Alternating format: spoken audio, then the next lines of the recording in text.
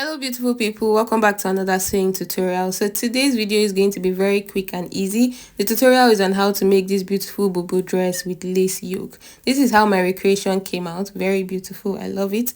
Do well to watch this video to the end. Like this video, share, subscribe to my channel if you haven't, and without wasting any more time, let's get right into the making of this dress. So these are the fabrics I'm using. I have this Kampala fabric. I made use of about 3.5 to 4 yards. So it comes as 5 yards. I didn't use the entire thing. And I have this lace fabric here. I made use of about half yard and the length is by 60 inches. I didn't really like this fabric, this particular lace fabric, but it's what I had. I might eventually change it to maybe a cord lace or a chantilly lace. I'm going to start drafting out the back first. So I'll bring in the Kampala fabric, and now the entire width of this fabric is 45 inches. I'm going to place it on a fold, so half of it is 22.5 inches, and the length of my dress is 60 inches from my shoulder down to my feet. 60 inches. So now I'm just going to use the entire width of this fabric to cut out the back piece. Now I'm placing it on a fold here. I just placed it this way because every major thing is going to happen at the top. Now from the folded edge, I'm marking in my neck width of 4 inches. And I'm not going to mark the entire 4 inches. I'm going to mark 3.5 inches because I'm cutting it directly on the fabric. I'll be using half inch to sew it. So half inch is like the sewing allowance. And the neck depth I'll be working with for the back is 1 inch. So I'm connecting my 1 inch neck depth to the 3.5 inches I marked for the neck width. And I've also just marked my shoulder measurement divided by 2, which is 7.5 inches. And from that point, I'm trying to determine my sleeve length. So I'm just going to make use of the entire width of this fabric, like I said earlier. So from my shoulder point downwards, my sleeve length is 15.25 inches. And now from that open edge, I just marked down 1 inch for the shoulder slope, and I'll slant that to meet the neck width of 3.5 inches. After doing that, I'm going to mark out my sleeve opening now. So I'll measure around where the sleeve stops, which is around my elbow, and I'll just leave some space. So I want it to be about 18 inches.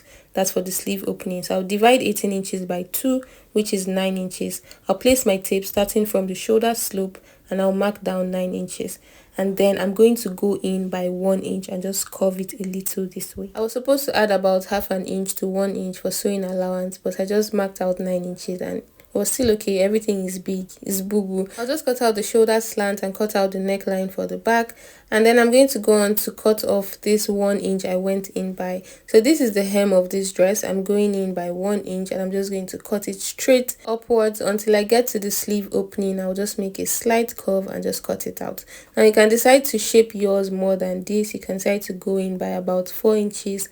It came out really big when I was done, but it's still okay for me. Now moving on to cut out the front, I'm making use of the lace and the Kampala fabric for the front. Of course, the lace is going to be serving as the yoke, and I want the length of the yoke to be 8 inches. So from my shoulder to where I want the lace to stop is 8 inches, and then the Kampala fabric is going to make up the rest of the front piece to get to 60 inches. So the majority of what I'll be cutting out for the front is around the top part, which is the lace. So I've placed my lace fabric on a fold, and the width is 22.5 inches, just like the back that's placed on the fold. Like I said, I want the length of the yoke to be 8 inches, but now I'm not going to mark 8 inches directly. I'm going to mark 9 inches. So half inch is going to be to join the shoulder part, and then half inch is going to be to attach the lace to the Kampala fabric. So I'm adding 1 inch for allowance, okay? Now I'm going to go on to mark my neck width. From the folded edge there, I'm going to mark 3.5 inches. Like the back, I said that the actual neck width is 4 inches, but I'm marking 3.5 inches because I'm marking this directly on the fabric. Now I'll just slant the neck width of 3.5 inches to meet the neck depth of 9 inches that I marked there. The front neckline is a basic V-neck, and then I'm going to slant down my shoulder slope. So I marked down 1 inch on the side, and I'm slanting it to meet the neck width as well. And then I'm going to go on to mark out my sleeve opening. So just like I marked out for the back, 9 inches is my sleeve opening. And I'll connect the lines together from the folded edge to the open edge, and I'll go ahead and cut it out. Just going to cut out the lower part, and I'll cut out the shoulder slant, and I'm going to go on to also cut out the V-neck.